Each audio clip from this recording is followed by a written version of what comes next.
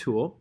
All right, so over here on this side, I'm going to utilize this pen tool right here, and then also underneath it, I'm going to use the anchor point conversion here tool as well um, to sort of build out a new shape. All right, so all I need to do here is I'm just going to click once with my mouse. I'm going to hold down my shift key.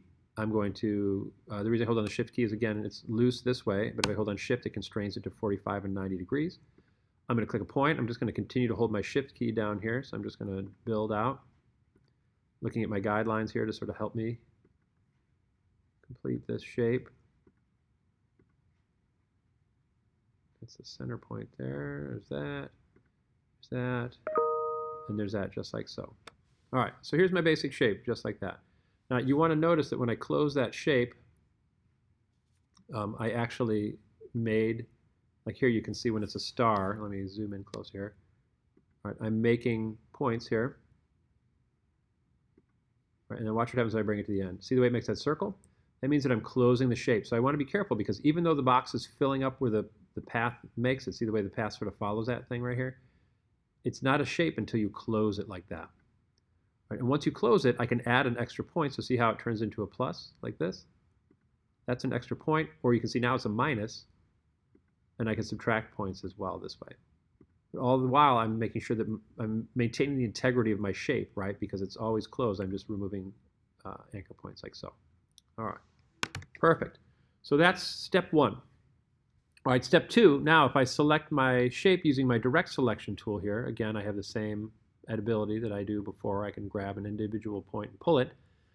So it's just like when I created outlines on my text. But now, if I hold down on the pen tool and I look at the anchor point tool here, if I grab this point, I can now start to tweak these points, right? And then I can grab these individual bars here and make some individual changes. If I click on the center here, it resets.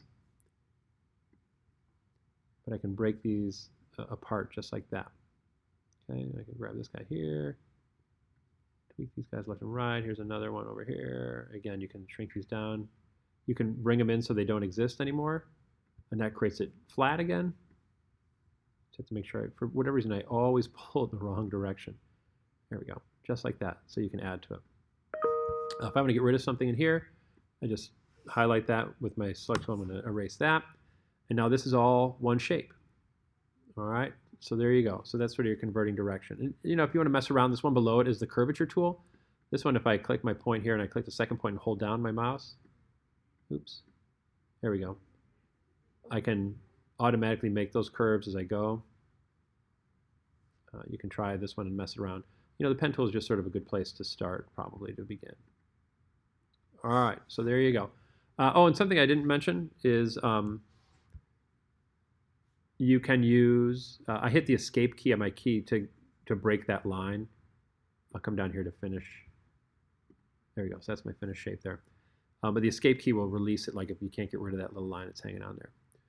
What I was going to also state here was that, again, you know, at any time, I have two separate shapes here.